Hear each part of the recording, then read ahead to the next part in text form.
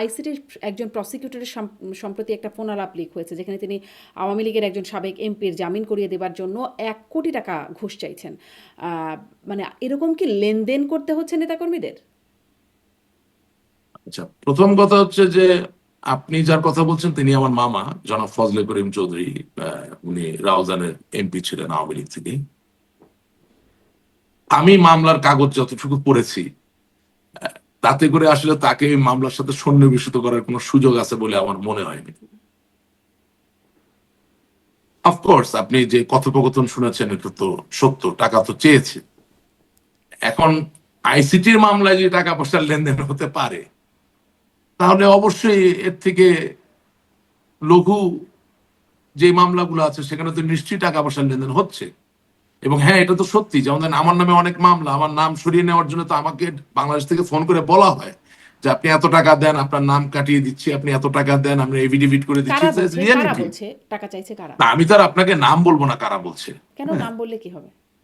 না, নাম বলবো না এই কারণে যে কিছু লোক আছে শুধুমাত্র অর্থ আয় করার জন্য হয়তো বা আমাকে ফোন করছে, আর কিছু লোক আছে যারা হয়তো বা সত্যি আমাকে সাহায্য করতে চায় বলেই সেই বন্দোবস্ত করে আমাকে ফোন করছে। সুতরাং আমি না বুঝে না শুনে কেন একজন মানুষকে বিপদে ফেলতে যাব? মানে হ্যাঁ, যারা বলছে একজন তারা কি আপনার দলীয় লোকই বলছে? হ্যাঁ, দলীয় লোক বলছে, দলের বাইরের লোকও বলছে, প্রশাসনের লোকও বলছে। কিন্তু আমি তো আমি পলিটিশিয়ান, আমি রেসপন্সিবল পারসন। আমি তো কোনো কিছু না হওয়া পর্যন্ত আচ্ছা, আপনিও কি টাকা দিচ্ছেন ঢালাওভাবে আমি এই একটা মামলা কথা কিছু থেকে বলতে নাম পারবো কাটানো বা জামিন না। ইত্যাদি এক কিছু? টাকাও দিচ্ছি না, এক টাকাও দিব না, প্রশ্নই আসে না। নেভার, কোনোদিন না, never, over my dead body, that's not going to happen. টাকা দিয়ে মামলা থেকে নিজের নাম মুক্ত করার মতো জায়গায় আসে প্রমাণ নেই, এত সোজা না। No. আচ্ছা।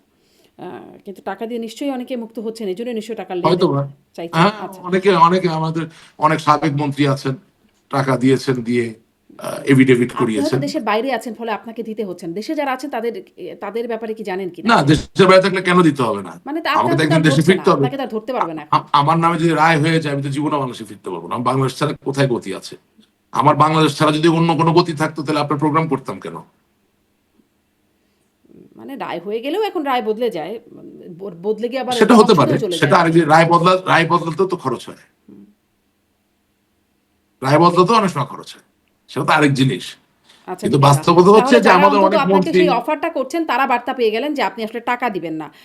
এটা। না, তারা এখানকার আগেই তাদেরকে বার্তা আমি দিয়ে আচ্ছা, দিয়েছি। আচ্ছা। বাকিও যদি কেউ অফার করতে চায় সেই বার্তাটা নিয়ে নিলেন। একটু হ্যাঁ, আসি এবারের। এখন এখন তারা কেউ অফার করবে না, যে কয়টা মামলা সে কয়টা মামলার অফার তো হয়ে গেছে। আচ্ছা। আ এখন যদি না আপনি আগামীকালকে একটা মামলা আমার নামে করেন আর কি, তাছাড়া বলুন।